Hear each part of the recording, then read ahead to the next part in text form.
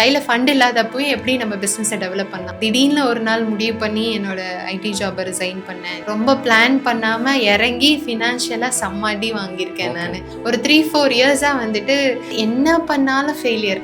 அடி வாங்கணும் அப்படின்னா அது நம்மளுக்கு மட்டும் கிடையாது, நம்மளோட ஃபேமிலியே வந்துட்டு பயங்கரமாக அஃபெக்ட் பண்ணிடும். 1.5 வயசு ஒரு குழந்தை இருக்கும் போது ஜாப் ரிசைன் பண்ணிட்டு நம்ம ஒரு பிஸ்னஸ்க்குள்ளே போகிறதுன்றது. நிறைய பேர் ஃப்ரான்ச்சைஸ் எடுக்கலாமா அப்படின்னு சொல்கிறாங்க. நான் கொஞ்சம் வந்து நோ தான் சொல்லுவேன். ஏன் அப்படின்னு பார்த்தீங்க அப்படின்னா, இந்த ஃப்ரான்ச்சைஸ் எடுத்து நீங்கள் பெரிய ஆள் ஆயிடலாம் அப்படின்னு நினச்சிங்கன்னா, ஒரு விமனோ ஒரு மென்னோ they want to start a பிஸ்னஸ்னா அவங்க ஃபேமிலி வந்து எவ்வளோ சப்போர்ட்டிவாக இருக்கணும். ஃபேமிலியோட சப்போர்ட் இல்லை அப்படின்னா, இன்ஃப்ளூயன்சஸ் மார்க்கெட்டிங் வந்து எப்படி வந்து கிளிக் ஆகும், யாருக்கு கிளிக் ஆகும். பக்கத்து கடையில் எந்த கடையில் போனாலுமே முறுக்கு காஸ்ட் வந்து 90 rupees. எப்படி நீ வந்து இந்த காஸ்ட்டில் ஓடும் உனக்கு பார்க்கலாம் அப்படின்னு சொல்லி நிறைய பேர் சேலஞ்ச் பண்ணாங்க. எனக்கு 10 to 15 rupees பார்க்காதீங்க, உங்கள் வயிற்றுக்கு ஒன்றும் பண்ணாது. குட் ஆண்டர்பிரனர், ஒரு பிராண்ட் ஓனர் வந்து குட் இன்ஃப்ளூயன்சர். இப்போ நம்ம இன்ஃப்ளூயன்சஸ்லாம் நிறையா போயிட்டு நம்ம போய் பார்க்குறோம். You're one among them. நான் உங்களை பார்க்குறது வந்து நிறைய கம்பெனிஸை பற்றி நீங்கள் பேசுகிறீங்க, ஜொமேட்டோவை பற்றி, ஆல்ரெடியான் பற்றி, ஸோ அவங்களோட சக்ஸஸ் ஸ்டோரியை பற்றி பேசுகிறீங்க. எப்படி வந்து இந்த இன்ஃபர்மேஷன்லாம் உங்களுக்கு இந்த பிஸ்னஸ் ஜேர்னிக்குள்ளே வந்ததுக்கப்புறம் உங்களுக்கு தெரியுமா, இல்லைனா நீங்கள் எவ்ரிடே யூ ஹவ் பீன் வாட்சிங்கா, எப்படி பண்ணுறீங்க? பிஸ்னஸ் வந்து நான் என் பையன் பிறந்ததுக்கப்புறம் எனக்கு அந்த தாட் ப்ராசஸ் இருந்தது. எங்கள் அப்பா பிஸ்னஸ் தான் பண்ணார். நான் 7th standard படிக்கும் போதுலேருந்தே பிஸ்னஸ் தான் பண்ணார். ஸோ நான் அதை பார்த்து வளர்ந்ததுனால பிஸ்னஸ் பண்ணணும் அப்படின்ற ஒரு ஐடியா இருந்தது. பட் அந்த ஸ்டேஜில் எக்ஸாக்ட்லி 2019 ஸ்டார்ட் பண்ணோன்றது accidental. So once I came in to business, எனக்கு இந்த பிஸ்னஸ் ரிலேட்டடான விஷயங்கள் எல்லாம் வந்து எனக்கு ரொம்ப இன்ட்ரெஸ்ட் ரொம்ப ஜாஸ்தி ஆகிடுச்சு. ஸோ அப்பத்துலேருந்தே வந்துட்டு என்னென்ன அந்த சில கம்பெனிஸ் எல்லாம் என்னென்ன பண்ணுறாங்க, அவங்களுக்கு எப்படி க்ரோ ஆகுறாங்க, அவங்க எப்படி சக்ஸஸ்ஃபுல்லாக ஆகுறாங்க அப்படின்றது வந்துட்டு நிறைய வீடியோஸ் பார்க்குறதோ, அவங்க ரிலேட்டடான பிஸ்னஸ் ஆர்டிகல்ஸ் படிக்கிறதோ எனக்கு அது ரொம்ப ஸ்டார்டிங்லேருந்தே இன்ட்ரெஸ்ட். ஓகே, பிராண்டை பற்றி ஒவ்வொரு நாள் போடுறீங்க. நான் எப்பயுமே சொல்லுவேன், நம்ம கண்டென்ட்டில் ஸ்ட்ராங்காக இல்லைன்னா நம்மளுக்கு ஃப்ளோ ஆஃப் தாட்டும் ஃப்ளோ ஆஃப் வேர்ட்ஸும் வராது. நீங்கள் as long as you strong in content, நீங்கள் சொல்லியே தர தேவையில்ல, ப்ரிப்பேரே பண்ண தேவையில்ல. ஸோ அந்த ஃப்ளோ ஆஃப் தாட் உங்களுக்கு, ஃப்ளோ ஆஃப் அந்த வேர்ட்ஸ் வந்து ஈஸியாக உங்களுக்கு போட முடியுது, நீங்கள் அதை டெலிவர் பண்ண முடியுது. So you have lot of knowledge about business. நாலேஜ்ன்றதை விட எனக்கு அது பேசுறது பிடிக்கும். ஓகே, எனக்கு வந்து நான் கார்பரேட்டில் இருக்கும் போதே ட்ரைனிங்ஸ் எடுத்திருக்கேன். அது எல்லாமே ஜென்ரலாகவே வந்து லேடிஸ்னாவே பேச பிடிக்கும் இல்லையா? ஸோ பேசுறது ரொம்ப பிடிக்கும். அண்ட் எஸ்பெஷலி இந்த பிஸ்னஸ் கண்டென்ட் என்னன்னா, ஒரு 3-4 இயர்ஸாக வந்துட்டு என்ன பண்ணாலும் ஃபெயிலியர் அப்படிதான் இருந்தது. ஸோ ஒரு தடவை இப்போ நம்ம ஒரு விஷயம் ஸ்டார்ட் பண்ணி சக்ஸஸ்ஃபுல் ஆயிட்டோம் அப்படின்னா நம்மளோட தேடுதல் அங்கேயே நின்றுது. ஓகே, நம்ம பிஸ்னஸ் சக்ஸஸ்ஃபுல்லாக போயிட்டு இருக்கு, நம்ம அதை அப்படியே ரன் பண்ணிட்டு இருக்கோம். பட் ஆனால் ஒரு 3-4 இயர்ஸ்க்கு வந்துட்டு நான் வந்து ஃபெயிலியரை தவிர வேற எதுவுமே நான் சந்திக்கல. ஸோ அப்போ இந்த விஷயம் ஃபெயிலியர் ஆகுதா, வேற என்ன பண்ணலாம், வேற யாரும் என்ன பண்றாங்க, எப்படி பெட்டராக மார்க்கெட் பண்ணலாம். ஓகே, கையில் ஃபண்ட் இல்லாதப்போயும் எப்படி நம்ம பிஸ்னஸை டெவலப் பண்ணலாம், அப்போ மற்ற பிராண்ட்ஸ் என்ன பண்றாங்க, மற்ற பிஸ்னஸஸ் எப்படி பண்றாங்க. ஸோ அந்த தேடுதல் இருந்துட்டே இருந்தது. Okay, very good ma'am. IO influence meet ஒரு ரீசெண்டாக ஒன்று போயிருந்தேன். இப்போ சிவசங்கர் சார் ஏர்செல் ஓனர் சொன்னது கூட, நான் வந்து 3000 கோடி நான் வந்து லாஸ் பண்ணேன். ஆனால் நான் லாஸ் பண்ணதை நீங்கள் பண்ணக்கூடாதுனால தான் நான் இப்போ சொல்கிறேன். அந்த மாதிரி நீங்களும் வந்து இப்போ சொல்கிறத அப்படியே ரிலேட் பண்ண வேண்டியது. நிறைய விஷயம் நீங்கள் ஃபெயிலியர் ஆகி நீங்கள் சொல்கிறீங்க, இதெல்லாம் பண்ணாதீங்க, இதெல்லாம் பண்ணால் சக்ஸஸ்ஃபுல் ஆகும் அப்படின்னு சொல்லிட்டு நிறைய பேருக்கு அது ரொம்ப யூஸ்ஃபுல்லாக இருக்குது. எக்ஸாக்ட்லி அந்த ஒரு பர்பஸ்க்காக தான் வந்துட்டு நான் வந்து ஆக்சுவலி கண்டென்ட் கிரியேஷனே ஸ்டார்ட் பண்ணேன். நான் வந்து நிறைய தப்பு பண்ணியிருக்கேன். திடீர்னு ஒரு நாள் முடிவு பண்ணி என்னோட ஐடி ஜாபை ரிசைன் பண்ணேன். திடீர்னு ஒரு ஃப்ரான்ச்சைஸ் எடுத்தேன். அந்த மாதிரி நிறைய விஷயங்கள் ரொம்ப பிளான் பண்ணாமல் இறங்கி ஃபினான்ஷியலாக செம்ம அடி வாங்கியிருக்கேன் நான். ஸோ அதை வந்து நிறைய பேர் பண்ணாமல் இருக்கட்டும். கண்டிப்பாக. So very good idea ma'am. நம்மளாம் வந்து 30 to 40s இருக்கோம். ஆனால் இப்போ இருக்கிற ஜென்ரேஷன் ஸ்டூடெண்ட்ஸ்லாம் வந்து காலேஜ் படிக்கும் போதே அந்த சோஷியல் மீடியாலாம் இருக்கிறதுனால நிறைய எக்ஸ்போஷர் இருக்கு மேம். அதனால அவங்க வந்து காலேஜ் படிக்கும் போதே வந்து I want to start a business அப்படின்னு இருக்காங்க. ஸோ அது வந்து ஓகேவா? Nothing is right, nothing is wrong sir. என்னை பொறுத்த வரைக்கும் அதுதான். காலேஜ்லயே ஸ்டார்ட் பண்ணி பெரிய ஆளாக வந்தவங்களும் இருக்காங்க. லேட் 30s 40ஸ்ல இப்போ எங்கள் அப்பாலாம் 40 வயசுல தான் பிஸ்னஸ் ஸ்டார்ட் பண்ணார். ஸோ அந்த மாதிரி லேட்டாக ஸ்டார்ட் பண்ணி சக்ஸஸ்ஃபுல்லாக வந்தவங்களும் இருக்காங்க. ஒரே விஷயம் என்ன அப்படின்னா, ஒன்று நம்ம கரெக்டான இன்ட்ரெஸ்ட்டு, நம்மளுக்கு என்ன இன்ட்ரெஸ்ட்டு பேஷன்றதை புரிஞ்சு அந்த பிஸ்னஸ்குள்ளே போயிட்டோம் அப்படின்னா வெரி ஏர்லி ஸ்டார்ட் பண்ணணும். அப்படி ஸ்டார்ட் பண்ண இப்போ நீங்கள் காலேஜ் டைம் சொல்கிறீங்க இல்லையா, அந்த டைமில் வந்துட்டு அவங்களுக்கு மேஜராக கமிட்மெண்ட் இருக்காது, ஃபேமிலி ப்ரெஷர் இருக்காது, ஃபினான்ஷியல் ஸ்ட்ரகிள் இருக்காது. ஏன்னா அவங்க பேரண்ட்ஸை ஓரளவுக்கு அவங்கள வந்து பார்த்துப்பாங்க. பட் இதே வந்துட்டு இந்த மாதிரி எந்த விதமான எக்ஸ்பீரியன்ஸும் இல்லாமல் இப்போ நான் பண்ண மாதிரி 1.5 வயசு ஒரு குழந்தை இருக்கும் போது அந்த டைமில் தான் ஹோம் லோன் ஸ்டார்ட் ஆன அந்த டைமில் ஒரு ஜாப் ரிசைன் பண்ணிவிட்டு நம்ம ஒரு பிஸ்னஸ்குள்ளே போகிறதுன்றது ரொம்பவே தப்பான decision. Either you can start very early இந்த மாதிரி காலேஜ் டைமில். ஏன்னா நீங்கள் நிறைய ட்ரையல்ஸ் பண்ணுவீங்க, நிறைய ஃபெயிலியர்ஸ் ஆகும். பட் ஒரு பாயிண்ட்ல நீங்க ஒரு 2-3 இயர்ஸ் சக்சஸ் திருப்பி ஃபெயிலியர் ஆகி திருப்பி எழுந்து வரதுக்கு டைம் இருக்கும். பட் வந்து ஒரு ஃபினான்ஷியல் ப்ரெஷர் இருக்கிற டைம்ல நீங்க புதுசா ஒன்று போய் ரிசர்ச் பண்ணி இறங்குறப்போ அடி வாங்கணும் அப்படின்னா அது நம்மளுக்கு மட்டும் கிடையாது, நம்மளோட ஃபேமிலியே வந்துட்டு பயங்கரமா அஃபெக்ட் பண்ணிடும். ஸோ நம்ம முடிஞ்ச அளவுக்கு நம்ம பேஷன் என்னன்றதை கண்டுபிடிச்சிட்டு அதில் நம்ம போனோம்னா சக்ஸஸ்ஃபுல்லாக இருப்போம் அப்படின்னு நினைக்கிறேன். அண்ட் ஏஜ் ஷுடன்ட் பி ஒரு பேரியர்னு நினைக்கிறேன். கண்டிப்பாக ஷோ மேம். ஸோ இப்போ இருக்கிற ஜென்ரேஷன் பசங்களை நான் பார்க்குறது வந்து 20 to 30s இருக்கவங்க காலேஜ் முடித்த உடனே ஒரு சோஷியல் மீடியா இன்ஃப்ளூயன்சர் ஆகிறாங்க, இல்லைனா வந்து சோஷியல் மீடியாவில் ஏஜென்சி ரன் பண்ணுறாங்க. அப்படி இல்லைனா நான் வந்து ப்ரைடல் மேக்கப்பில் குட்டாக இருக்கேன், ஸோ எனக்கு வந்து அந்த சான்ஸ் கொடுங்க, உங்கள் மேரேஜில் வந்து நான் அது பண்ணி கொடுக்குறேன் அப்படின்னு இருக்காங்க. ஸோ ஒரு கார்ப்பரேட்டில் போயிட்டு அந்த ஒரு ஃபீல் கிடைக்கிறது. இப்போ இருக்கிற பசங்கள்லாம் வந்து அதெல்லாம் எனக்கு வேண்டாம்ப்பா, எனக்கு இது போதும், என்னோட பேஷன் இது, நான் வந்து இதில் நான் வந்து இது பண்ணிக்கிறேன் அப்படின்னு சொல்லிட்டு அதில் போகிறாங்க. இந்த இது எப்படி பார்க்குறீங்க மேடம் நீங்கள் இந்த ட்ரான்சிஷன்? படித்து முடித்தோம், ஒரு ஐடியில் பிளேஸ் ஆனோம், லைஃப் செட்டில் ஆகிடுச்சு அப்படின்றது ஒரு ட்ரெடிஷ்னல் மைண்ட் செட்டு. ஸோ அதுவுமே தப்பு சொல்ல முடியாது. இப்போ அவங்களோட ஃபேமிலி சுச்சுவேஷனுக்கு ஏற்ற மாதிரி அவங்க டிசைட் பண்ணுறது. But again coming to business ஃப்ரண்ட்ன்றப்போ என்னை கேட்டால் வந்து நீங்கள் ஒரு ஐடிக்கு போகணுன்னு அவசியம் கிடையாது. பட் இப்போ நீங்கள் வந்து ஒரு பியூட்டி இண்டஸ்ட்ரியில் தான் ஸ்டார்ட் பண்ண போகிறீங்க அப்படின்னா ஒரு பியூட்டி இண்டஸ்ட்ரியில் அட்லீஸ்ட் நம்ம ஒர்க் பண்ணணும் ஃபஸ்ட்டு. ஒரு 3 இயர்ஸ் ஒர்க் பண்ணி அந்த இண்டஸ்ட்ரி எப்படி ஒர்க் ஆகுது, அதில் என்ன நம்மளுக்கு நல்லா வருதா இல்லையா ஃபர்ஸ்ட் ஆஃப் ஆல் அப்படின்னு எந்த ஃபீல்டாக இருந்தாலும் சரி நம்ம அதில் ஒரு 2 to 3 இயர்ஸ் ஒர்க் பண்ணிவிட்டு அப்புறம் ஒரு பிஸ்னஸ் ஸ்டார்ட் பண்ணுறது நல்லாயிருக்கும். அதே மாதிரி அதை குயிக் மணி இப்போ வந்து ஃப்ரீலான்சராக நிறைய பேர் ஒர்க் பண்ணுறாங்க. குயிக்காக வந்து ஒரு 10,000 15,000 ஒரு இது பண்ணிட்டு போகிறாங்க. இப்போ நான் உங்களுக்கு ஒரு ப்ராஜெக்ட் பண்ணித்தரேன், ஒரு ஃபோட்டோகிராஃபி இது பண்ணித்தரேன், உங்களுக்கு ப்ராடக்ட் ஷூட் பண்ணித்தரேன். ஸோ அதெல்லாம் பிஸ்னஸாக பண்ணுறாங்க, அவங்க ஃப்ரீலான்சராக ஒர்க் பண்ணுறாங்க, பைசா சம்பாதிக்கிறாங்க. ஸோ அது ஓகே தானா? இல்லைனா வந்து இந்த மாதிரி கம்பெனிஸ் அன்லெஸ் அன்டில் அவங்க ஒரு பேஷனை ஃபாலோ பண்ணுற வரைக்கும் எதுவுமே வந்து தப்பு கிடையாது. பட் என்னன்னா உங்களுக்கு வந்து ஒரு கான்டாக்ட்ஸ் பில்ட் பண்ணுறது, உங்களுக்கு ஒரு எக்ஸ்போஷர் கிடைக்கிறது, இதெல்லாம் வந்துட்டு ஒரு கம்பெனியில் இருந்தீங்கன்னா உங்களுக்கு வந்து பெட்டராக இருக்கும். நீங்கள் இதே வந்து ஒரு காலேஜில் இருந்து நீங்கள் டைரெக்டாக ஒரு ஃப்ரீலான்சர் ஆகிட்டிங்கன்னா உங்களுக்கு வந்து பெருசாக நெட்வொர்க் இருக்காது, சப்போர்ட் பண்ணுறதுக்கு ஆள் இருக்க மாட்டாங்க. பட் இதே வந்துட்டு அந்த ஃபீல்டில் நீங்கள் ஒர்க் பண்ணிட்டு போகிறப்போ உங்களுக்கு பெட்டர் கான்டாக்ட்ஸ், பெட்டர் நாலேஜ், இது எல்லாமே இருக்கும். நிறைய பிராண்ட் வந்து ஸ்டார்ட் பண்ணுறாங்க, அவங்க வந்து ஒரு ஸ்டோரி லைன் வச்சுருக்காங்க. நான் கோவிட்ல இந்த மாதிரி இருந்தது, என் ஃபேமிலிக்கு இந்த மாதிரி இருக்குது, அதை நான் ஸ்டார்ட் பண்ணேன். அதுக்கப்புறம் ஒரு ப்ராப்ளம் சால்விங் நான் பார்த்தேன், அதை சால்வ் பண்ணலாம்னு நினச்சி இந்த பிஸ்னஸ் ஸ்டார்ட் பண்ணேன் அப்படின்னு சொல்லிட்டு they have their own story. இப்போ ஒரு பிஸ்னஸ் பண்ணுறாங்க, அவங்க வந்து ஒரு ஸ்டோரிலாம் இல்லாமையே பிஸ்னஸ் பண்ணி சக்ஸஸ் பண்ணலாமா? அஃப்கோர்ஸ் டெஃபினட்டாக ஸ்டோரி இல்லாமல் கூட அவங்க சக்ஸஸ்ஃபுல்லாக வர முடியும். பட் உங்களுக்கு ஒரு ஸ்டோரி இருக்கிறப்போ அது சீக்கிரமாக வந்துட்டு உங்களால் வந்துட்டு உங்களோட கஸ்டமர்ஸை கூட நீங்கள் ரெசனேட் ஆக முடியும். இப்போது நான் வந்து ஆஸ் அ மதராக நான் ஒரு ஃபுட் பிராண்ட் ஸ்டார்ட் பண்ணியிருக்கேன்னா அந்த ஸ்டோரியை நான் சொல்கிறப்போ ஈஸியாக வந்து மதர்ஸ் வந்துட்டு அதுக்கு ரெசனேட் ஆவாங்க. ஸோ ஈஸியாக நல்லா வந்துட்டு ரீச் பண்ண முடியும். ஸோ ஒரு ஸ்டோரி இருக்கிறதுன்றது ரொம்பவே important. People don't by the products, people by peopleன்னு சொல்லுவாங்க. ஸோ உங்களோட ஸ்டோரி கூட இப்போ எனக்கு ரிலேட் ஆகுது அப்படின்னா ஈஸியாக உங்களோட கஸ்டமர்ஸ் ஆகிடுவாங்க அவங்க. இப்போ ஒருத்தர் வந்து நிறைய பேர் ஃப்ரான்ச்சைஸ் எடுக்கலாமா அப்படின்னு சொல்கிறாங்க. ஃப்ரான்ச்சைஸ் எடுக்கிற கான்செப்ட் வந்து எப்படி ஓகேவா இப்போ இருக்கிற ஜென்ரேஷன் வந்து? எக்ஸாக்ட்லி. நான் வந்து கொஞ்சம் ஃப்ரான்ச்சைஸ் கான்செப்டுக்கு வந்துட்டு நான் கொஞ்சம் வந்து நோ தான் சொல்லுவேன்.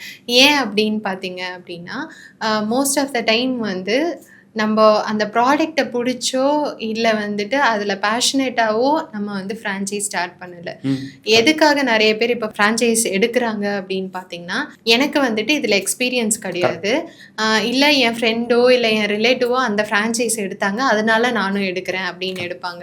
ஸோ இந்த மாதிரி ஒரு ரீசனே இல்லாமல், இல்லைனா ஒரு ப்ரொமோஷன் ஒன்று பார்த்துருப்பாங்க, நீங்கள் ஜஸ்ட் இவ்வளோ இன்வெஸ்ட் பண்ணால் போதும் மாதம் 1 லட்சம் 2 லட்சம் சம்பாதிக்கலாம் அப்படின்னு சொல்லிட்டு. ஸோ அந்த மணி ஃபேக்டருக்காக இந்த மாதிரி ரீசன்ஸ்க்காக ஒருத்தவங்க ஃப்ரான்ச்சைஸ் போய் எடுக்கிறப்போ என்ன ஆகுதுன்னா, அதில் ஃபெயிலியர் ரேஷியோ ரொம்பவே ஜாஸ்தியாக இருக்குது. ஃப்ரான்ச்சைஸ் எடுக்கிறது தப்புன்னு சொல்ல, நான் கம்ப்ளீட்டாக எடுக்கவே கூடாதுன்னு சொல்ல, பட் உங்களுக்கு நிஜமாவே அந்த ப்ராடக்டோ ஃபீல்டோ வந்துட்டு உங்களுக்கு பேஷனாக இருக்குது அப்படின்னா நீங்கள் ஸ்டார்ட் பண்ணலாம். அதுவுமே உங்களுக்கு லாங் ரன்னில் வந்துட்டு உங்களுக்கு சப்போர்ட் பண்ணாது. ஆஸ் யூ செட், நீங்கள் வேற ஒருத்தருக்காக தான் ஒர்க் பண்ணுறீங்க, நீங்கள் வேற ஒரு பிராண்டுக்காக தான் ஒர்க் பண்ணுறீங்க, என்றைக்குமே அது வந்து உங்களோட பிராண்டாக ஆயிடாது. ரைட்டா? ஸோ இப்போ எனக்கு நாலேஜ் இல்லை, சரி இந்த ஃப்ரான்ச்சைஸ் எடுத்து 2 இயர்ஸ் 3 இயர்ஸ் நான் கற்றுக்கிறேன், அதில் லாஸ் ஆனாலும் பரவாயில்ல, அதுக்கப்புறமா என்னோட பிராண்டை நான் ஸ்டார்ட் பண்ண போகிறேன்னா ஓகே. ஆனால் நீங்கள் அந்த ஃப்ரான்ச்சைஸ் எடுத்து நீங்கள் பெரிய ஆள் ஆயிடலாம் அப்படின்னு நினச்சிங்கன்னா பாசிபிளே கிடையாது. பிராண்ட் லைக் 2 டிஃப்ரெண்ட் ஃப்ரான்ச்சைசஸ் இருக்குது சார், ஓகேங்களா? ஒன்று வந்துட்டு பிராண்டை டெவலப் பண்ணிட்டு அதுக்கப்புறமா ஃப்ரான்ச்சைஸ் கொடுக்குறவங்க, இன்னொன்று வந்துட்டு ஃப்ரான்ச்சைஸ் கொடுக்கணுன்றதுக்காகவே ஸ்டார்ட் பண்ணுறவங்க. ஸோ இவங்க கிட்ட போகாதீங்கன்னு தான் நான் சொல்கிறேன். இப்போ நீங்கள் வந்து ஒரு விமன் ஆண்டர்ப்ரனராக, ஒரு இன்ஃப்ளூயன்சராக, ஸோ நிறையா சோஷியல் மீடியாவில் நிறையா இன்ஃபர்மேஷன் ஷேர் பண்ணுறீங்களா? இப்போ வந்து ஒரு ஐடிலேயே ஒர்க் பண்ணிவிட்டு பேஷனேட் அபவுட் பிஸ்னஸ், ஒரு விமனோ ஒரு மென்னோ they want to start a பிஸ்னஸ்னால் அவங்க ஃபேமிலி வந்து எவ்வளோ சப்போர்ட்டிவாக இருக்கணும்? Be it a women or a man sir, ஃபேமிலியோட சப்போர்ட் இல்லை அப்படின்னா இந்த ஜேர்னி வந்து ரொம்பவே டஃப்பாக தான் இருக்கும். ஏன்னா இட்ஸ் மென்டலாகவும் சரி, ஃபினான்ஷியலாகவும் சரி, எல்லா ஃபிசிக்கலாகவும் சரி, இது ரொம்ப டயரிங்கான process. Though we enjoy it, it's a very very tiring process. இந்த டயரிங் ப்ராசஸில் நீங்கள் வீட்டுக்கு போகிறப்ப, நீங்கள் சோர்வாக வீட்டுக்கு போகிறப்ப, ஒன்றும் இல்லை நீ பெருசாக வந்துடுவ, ஒன்றும் பிரச்சனை இல்லை பார்த்துக்கலாம் அப்படின்னு சொல்கிறதுக்கு ஆள் இல்லை அப்படின்னா நம்மளால் இது பண்ணவே முடியாது சார். ஹஸ்பண்டோ ஒய்ஃபோ உன்னால் முடியும் அப்படின்றத சொல்லலை அப்படின்னா நம்மளால் கண்டிப்பாக இதில் பண்ணவே முடியாது. ஸோ எனக்கு தெரிஞ்சு ஃபினான்ஷியல் சப்போர்ட்டுக்கு அப்புறம் ஃபேமிலி சப்போர்ட்டுன்றது ரொம்பவே இம்பார்ட்டண்ட். பிராண்ட் ஓனரோட ப்ரெசன்ஸ் சோஷியல் மீடியாவில் எவ்வளோ இம்பார்ட்டன்ட் மேடம்? ஏன்னா வந்து ஒரு ப்ராடக்ட்டை பற்றி மற்றவங்க சொல்கிறத விட நம்ம சொன்னால் தான் ஈஸியாக ரீச் ஆகும். ஏன்னா ஸ்டார்ட் அப் ஸ்டேஜுக்கு அது வந்து எல்லா பிராண்ட் ஓனர்ஸுமே வந்து சோஷியல் மீடியாவில் வந்து ப்ரெசென்ட் ஆகணும்னு நினைக்கிறீங்களா நீங்கள்? ஸோ கொஞ்ச நாளைக்கு முன்னாடி வரைக்கும் வந்துட்டு எல்லா பிராண்ட்ஸும் வந்து டிவியில் அட்வர்டைஸ் பண்ணிட்டு இருந்தாங்க. ஒரு பெரிய பிராண்டுனா கண்டிப்பாக அவங்க டிவியில் அட்வர்டைஸ்மெண்ட் பண்ணணும் அப்படின்றது ஒரு எழுதப்படாத ரூல் மாதிரி. இப்போ வந்துட்டு நீங்கள் என்ன பிஸ்னஸ் பண்ணாலும் சரி சோஷியல் மீடியாவில் நம்மளை வந்து, because market is very very crowded, இப்போ ரொம்ப வந்து க்ரௌடட் ஆகிடுச்சு, நிறைய பேர் பிஸ்னஸ் பண்ணுறாங்க. ஸோ அந்த டைமில் வந்துட்டு மக்கள்கிட்ட நம்ம ப்ராடக்ட் ஏன் நல்லது அப்படின்றத கொண்டு போய் சேர்க்கணுன்றது நம்மளோட கடமை. So obviously social media is one such platform. முன்னாடியெல்லாம் சொன்ன மாதிரி டிவியில் ஆட் கொடுக்கணும் அப்படின்னா lakhs and lakhs of rupees நம்ம வந்து ஸ்பெண்ட் பண்ணணும். இப்போ அப்படி கிடையாது இல்லை, ஜஸ்ட் நம்மளோட ஃபோன் மட்டும் இருந்தால் போதும் நம்மளால பண்ணிக்க முடியும். So there is no reason to not to do அப்படின்னு சொல்கிறேன் நான். கரெக்ட். இந்த இன்ஃப்ளூயன்சஸை நம்பி நம்ம வந்து நிறைய பேர் பிஸ்னஸ் ஸ்டார்ட் பண்ணுறாங்க. ஃபார் எக்ஸாம்பிள் வந்து நானுமே நிறையா எங்கள் கடைக்கு ஓப்பன் பண்ணுறதுக்கு இன்ஃப்ளூயன்சர் நம்பி நிறையா பண்ணோம். பட் இந்த இன்ஃப்ளூயன்சஸ்லாம் எப்படி பண்ணுறாங்கன்னா, இப்போ ஒரு தீபாவளி டைம் நான் பார்த்தேன், ஒரு நிறைய இன்ஃப்ளூயன்சஸ் பார்த்தேன். அவங்க என்ன பண்ணுறாங்கன்னா, காலையில் ஒரு ஸ்வீட் ஸ்டால் போகிறாங்க, இங்கே வாங்கிக்கோங்க இந்த ஸ்வீட்ஸ் நல்லாயிருக்கும் அப்படின்னா. அவங்களோட காம்படேட்டிவ் பிஸ்னஸ் பண்ணுறாங்க, அவங்களுக்கு சாயங்காலம் போகிறாங்க இங்கே வாங்கிக்கோங்கன்றாங்க. ஸோ இந்த இன்ஃப்ளூயன்சஸ் மார்க்கெட்டிங் வந்து எப்படி வந்து கிளிக் ஆகும், யாருக்கு கிளிக் ஆகும், எப்படி இதாகும்? ஓகே, இன்ஃப்ளூயன்சர் மார்க்கெட்டிங் பொறுத்த வரைக்கும் பார்த்திங்கன்னா அதுவுமே இம்பார்ட்டன்ட் தான். பட் வந்து அதில் நம்ம வந்து கரெக்டான இன்ஃப்ளூயன்சரை நம்ம சூஸ் பண்ணணும்னு நினைக்கிறேன். எத்திக்கலான இன்ஃப்ளூயன்சர்ஸை நம்ம வந்து அப்ரோச் பண்ணணும்னு நினைக்கிறேன். அந்த மாதிரி நிறைய எத்திக்கலான இன்ஃப்ளூயன்சர்ஸ் வந்து இருக்காங்க. ஸோ பீட் எனி இண்டஸ்ட்ரி, அதில் வந்துட்டு 2 டைப் ஆஃப் பீப்புளுமே இருப்பாங்க. ஸோ ஒருத்தவங்க வந்து ஜஸ்ட்டு பண்ணணுன்றதுக்காக பண்ணுவாங்க, இன்னொருத்தவங்க பேஷனேட்டாக பண்ணுவாங்க. ஸோ அந்த மாதிரி கரெக்டான பீப்புளை நம்ம பார்த்து போகிறப்பவும் அதே மாதிரி சில ப்ரிகாஷனரியான விஷயங்கள் நம்ம பண்ணணும். லைக் நான் வந்து இவ்வளோ அமௌண்ட் உங்களுக்கு இன்வெஸ்ட் பண்ணுறேன் அப்படின்னா, இன்றைக்கி என்னோட வீடியோ போடுறீங்கன்னா அடுத்து ஒரு 1 வீக்குக்கோ இத்தனை நாளைக்கோ நீங்கள் வந்துட்டு வேற வீடியோ போஸ்ட் பண்ணக்கூடாது. அட்லீஸ்ட் 1 டேக்கு நீங்கள் வந்து வேற வீடியோ போஸ்ட் பண்ணக்கூடாது. ஆர்எல்ஸ் அட்லீஸ்ட் 3 மந்த்ஸ்க்கு வேற ஸ்வீட் பிராண்டை நீங்கள் வந்து ப்ரமோட் பண்ணக்கூடாது அப்படின்னு சில டேர்ம்ஸ். ஏன்னா அவங்க டேர்ம்ஸில் கரெக்டாக இருப்பாங்க. அவங்களுக்கு என்னோட கமர்ஷியல்ஸ் இது, நான் எனக்கு வந்துட்டு அலவன்ஸ், இது எல்லாத்துலேயுமே அவங்க வந்து கிளியராக இருப்பாங்க. அதே மாதிரி ஆஸ் அ பிராண்டாக நம்மளுமே அவங்களுக்கு இன்வெஸ்ட் பண்ணுறோம் இல்லையா? ஸோ நம்மளோட டேர்ம்ஸில் இனிஷியலாகவே அவங்க கிட்ட நம்ம வந்து கிளியராக பேசிடுறது நல்லது. பெரிய பெரிய பிராண்ட்ஸ் வந்து அது பண்ண முடியும். ஏன்னா அவங்களுக்கு வந்து அவங்க கேட்குறதோட நல்ல பைசா கொடுத்து அவங்கள அஃபோர்ட் பண்ண முடியும். இப்போ ஒரு ஸ்டார்ட் அப் பிராண்ட்லாம் அதெல்லாம் பண்ண முடிய மாட்டேங்குது. அதுதான் ப்ராப்ளம். டெஃபினட்டா அதுதான் சொல்றேன்ல, அவங்க பேஜை நம்ம அனலைஸ் பண்ணும் போதே நம்மளுக்கு வந்து ஒரு ஐடியா கிடைக்கும் அவங்க வந்து எப்படி பண்றாங்க அப்படின்னு சொல்லிட்டு. ஸோ அதை பொறுத்து நம்ம வந்து டிசைட் பண்ணலாம். ஒரு ப்ராடக்ட் நம்ம வீட்டில் பண்ணுறோம், அந்த ஒரு ப்ராடக்ட் வந்து நீங்கள் ஸ்மால் ஸ்கேலில் பண்ணுறீங்கன்னு வச்சுக்கோங்களேன். இட்லி பொடியோ இல்லைனா ஒரு சீடையோ முறுக்கோ நீங்கள் ஒரு 10 கிலோ பண்ணுறீங்க நம்ம வீட்டில், அதை வந்து பேக்கேஜிங் பண்ணி நீங்கள் வந்து சேல்ஸ் பண்ண பார்க்குறீங்க அப்படின்னா 10 கிலோ பண்ணுறீங்க, அதோட காஸ்ட் வந்து 300 ரூபா 350 ரூபா ஆகுது. அது பேக்கேஜிங் பண்ணால் 1 kg வந்து 450 ருபீஸ் ஆகுது. அட்லீஸ்ட் ஒரு 100 ருபீஸ் உங்களுக்கு மார்ஜின் இருக்கணும், 550 ருபீஸ் அப்படின்னு சொல்லி நீங்கள் போய் மார்க்கெட்டுக்கு போனீங்கன்னா நம்மளுக்கு வந்து ஒரு பெரிய செட்பேக் இருக்குது. என்னென்னா நம்மளோட ப்ராடக்ட்டை இம்மிடியேட்டாக பெரிய பிராண்டோட கம்பேர் பண்ணுறாங்க. இப்போ நீங்கள் ஆஸ் அ கன்சியூமராக இப்போ நீ வீட்டில் தானேப்பா கொண்டு வர, உன் ப்ராடக்ட்டோட காஸ்ட் வந்து பார்த்தா ஒரு பேக்கெட்டோட காஸ்ட்டு வந்து 120 ருபீஸ். ஆனால் நீங்கள் பெரிய பிராண்டில் போயிட்டு வாங்கி பாருங்கள், அது வந்து 100 ருபீஸ், அதே 250 கிராம்ஸ். ஏன்னா வீட்டில் பண்ணும்போது இன்க்ரீடியன்ஸு அதெல்லாமே காஸ்ட்லி இருக்கும். பெரிய பெரிய பிராண்டில் என்ன பண்ணுறாங்கன்னா மிஷினரி பல்காக பண்ணுறாங்க. ஸோ தட் அவங்க ப்ரைஸை ஈஸியாக குறைக்க முடியுது. நம்ம வந்து ஸ்டார்ட் அப் ஸ்டேஜில் இருக்கிறதுனால மெட்டீரியல் காஸ்ட்டு, அந்த டைம் ஸ்பெண்ட் பண்ணுறது, அந்த பேக்கேஜிங் காஸ்ட்லாம் நம்மளால் அவ்வளோ அவங்க வந்து பேசி வாங்குற மாதிரி அந்த பேக்கேஜிங்லாம் நம்மளால் பண்ண முடியல. ஏன்னா நம்ம நிறைய வால்யூம் கொடுக்கறது கிடையாது, கம்மி வால்யூம் தான் பண்ணுறோம். ஸோ இந்த ப்ரைஸிங் வந்து எப்படி மேட்ச் பண்ணுறது? ஏன்னா நம்ம வந்து ஸ்டார்ட் அப் ஸ்டேஜ், நம்ம ப்ராடக்ட் குட் சூப்பராக இருக்கும்னு நம்ம சொல்கிறோம். ஆனால் நம்மளுக்கு எந்த ஒரு பேக்ரவுண்டும் கிடையாது, ஒரு பெரிய பிராண்டு கிடையாது. ஆனால் நீங்கள் பெரிய பெரிய பிராண்டெல்லாம் பார்த்தீங்கன்னா அதே ப்ராடக்டை நம்மளோட கம்மி ப்ரைஸில் விற்கிறாங்க. இதை வந்து எப்படி வந்து ஃபிக்ஸ் பண்ணுறது, எப்படி யோசிக்கிறது? நம்ம பெரிய பிராண்ட்ஸ், இப்போ நான் வந்து மில்லட் பிஸ்கெட் பண்ணுறேன். இப்போ நான் வந்து இப்போ மற்ற 10 ரூபா 15 ரூபா பிஸ்கெட்டு வாங்குகிற ஆடியன்ஸ்க்கு நான் போயிட்டு என் மில்லட் பிஸ்கெட்டை நான் சேல் பண்ணணும்னு நினச்சேன்னா கண்டிப்பாக அது பாசிபிளே கிடையாது. பட் என்னோட இப்போ கஸ்டமர் பர்சனா என்னென்னா, ப்ரைஸ் வந்துட்டு கொஞ்சம் ஜாஸ்தியாக இருந்தாலும் பரவாயில்ல, என் குழந்தைக்கு ஹெல்த்தியான பிஸ்கெட்டாக கொடுக்கணும், க்ளூட்டன் ஃப்ரீயாக இருக்கணும், அதில் எந்த விதமான ப்ரிசர்வேட்டிவ்ஸும் இருக்கக்கூடாது, ஆர்டிஃபிஷியல் இன்க்ரீடியன்ஸ் இருக்கக்கூடாது. இந்த மாதிரி செலக்டிவாக இருக்கிற ஆடியன்ஸ் தான் என்னோட ஆடியன்ஸ். ஸோ நம்ம அந்த மாஸ் ஆடியன்ஸை நம்ம வந்து டார்கெட் பண்ணுறப்போ தான் வந்துட்டு இந்த ப்ரைஸிங் இஷ்யூஸ் எல்லாம் வரும். But there are lot of people who prioritise health than price. So அந்த ஆடியன்ஸை நம்ம ஃபோக்கஸ் பண்ணி போகிறப்போ இதை பற்றியெல்லாம் நம்ம யோசிக்கணும்னு அவசியமே கிடையாது.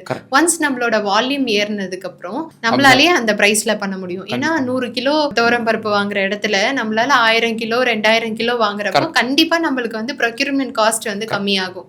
ஸோ அந்த டைமில் நம்ம வந்து வைடர் ரீச்சுக்காக நம்ம ப்ரைஸை வந்துட்டு அட்ஜஸ்ட் பண்ணலாம். பட் இனிஷியல் ஸ்டேஜஸில் வந்துட்டு அவங்க பெரிய பிராண்ட் அளவுக்கு நம்ம இறங்கி போய் காம்பீட் பண்ணவே கூடாது. அதை பார்க்கவே கூடாதுன்னு சொல்கிறீங்க? பார்க்கவே கூடாதுன்றது அதை பார்க்கலாம், பட் அந்த அளவுக்கு நீங்க வந்து உங்களோட தரத்தை கம்மி பண்ணாதீங்கன்னு சொல்லி. என் கடையில ஒரு முறுக்கு பாக்கெட் வந்து 200 கிராம்ஸ் முறுக்கு பாக்கெட் வந்து 135 ருபீஸ். தேங்காய் எண்ணெயில் பண்றோம், எந்த ஒரு இதுவும் பண்ணல, பேக்கேஜிங் பண்ணி we are spending about 15 rupees ஒரு பேக்கெட்டோட.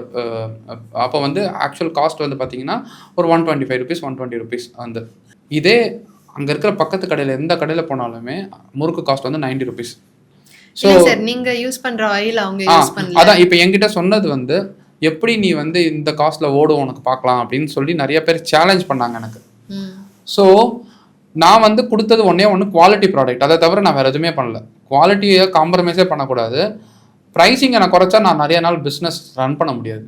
நான் இன்னைக்கு வந்து 100 ருபீஸில் கொடுத்துட்டு நான் ஒரு வருஷத்துக்கு அப்புறம் க்ளோஸ் பண்ண முடியாது. ஸோ அதனால ஒரு 10 to 15 ருபீஸ் பார்க்காதீங்க, உங்கள் வயிற்றுக்கு ஒன்றும் பண்ணாது, அவ்வளோதான் நான் சொல்லுவேன். ஸோ நீங்கள் ஒரு 10 ரூபா 15 ரூபா பார்த்து நீங்கள் கம்மியாக கிடைக்குதுன்னு வாங்கினீங்கன்னா நம்ம ஹாஸ்பிட்டலோ அந்த மாதிரி எதுவும் போகாமல் நம்ம வயிற்றுக்கு ஒன்றும் பண்ணாமல் குட் ப்ராடக்ட்டை தரோம், பிலீவ் பண்ணி வாங்குங்க. எதனா ஒரு ப்ராடக்ட்டில் ப்ராப்ளம்னா நாங்கள் போர்டே போட்டிருக்கோம், ப்ராப்ளம்னா நீங்கள் எடுத்துன்னு வாங்க, ஃபுல் ரீஃபண்ட் தரோம் அப்படின்னு சொல்லிட்டு. ஸோ அதில் நம்ம கான்ஃபிடண்ட்டாக இருக்கும் போது நம்ம ப்ரைஸிங்கில் வந்து இது as you said when we grow big நம்மளுக்கு வந்து அந்த ப்ரொக்யூர்மெண்ட்டு அந்த இப்போது எங்கள் அப்பா சொல்லுவார், ஆக்சுவலாக இஸ் அ குக்கு.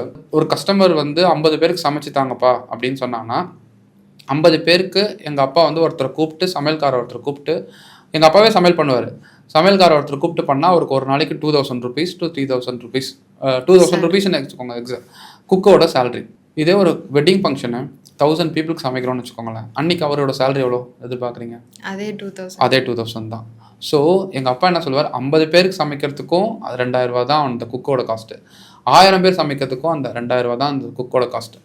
ஸோ நம்ம பல்காக பண்ணும் போது நம்மளோட ஓவரால் ப்ரைஸிங்கில் எல்லாமே குறையும். ஆனால் நீங்கள் 50 பேர் இருக்கிற போது அவங்கக்கிட்ட ஒரு இலைக்கு வந்து 700 சொல்லிட்டு 1000 பேருக்கு வந்து ஒரு இலைக்கு வந்து 500 சொன்னால் அவங்க வந்து ஒத்துக்க மாட்டாங்க. இன்னும் அந்த ப்ரைஸ் வந்து 1000 பேருக்கு கொடுக்குறோம், இது 700. ஸோ அந்த மாதிரி நிறையா இருக்குது. ஸோ நம்ம வந்து when we do big, so price will reduce. டெஃபினட்டாக இப்போ நிறைய கஸ்டமர்ஸும் இதை வந்து புரிஞ்சுக்க ஆரம்பிச்சுட்டாங்க சார். அந்த மாதிரி ஆடியன்ஸ் இருக்காங்க, அவங்கள நம்ம கரெக்டாக தேடி பிடிக்கணும், அவ்வளோதான். கரெக்ட். இந்த எஃப்எம்சிஜி மார்க்கெட் ஆன்லைனில் பண்ணுறோம்ல மேடம், இதில் வந்து டெலிவரி சார்ஜுன்னு சொல்லிட்டு ஒரு பயங்கர ஒரு இது இருக்குது. இப்போ டெலிவரி சார்ஜ் 100 rupees இல்லைனா 50 rupees அப்படின்னு போட்டாலே கஸ்டமர்ஸ் வந்து வாங்க மாட்டேன்றாங்க. ஸோ டெலிவரிக்கு பே பண்ணமா அப்படின்னு சொல்லிட்டு நிறைய பேர் என்ன பண்ணுறாங்க, அந்த ப்ராடக்ட்டில் இன்க்ரீஸ் பண்ணிவிட்டு ஃப்ரீ டெலிவரின்னு பண்ணுறாங்க. அந்த மாதிரி பண்ணுறதுனால வந்து ப்ராடக்ட் காஸ்ட்டும் பயங்கரமாக தெரியுது. ஸோ இந்த டெலிவரி சார்ஜ் சேலஞ்ச் வந்து ரொம்ப கஷ்டமாக இருக்குது.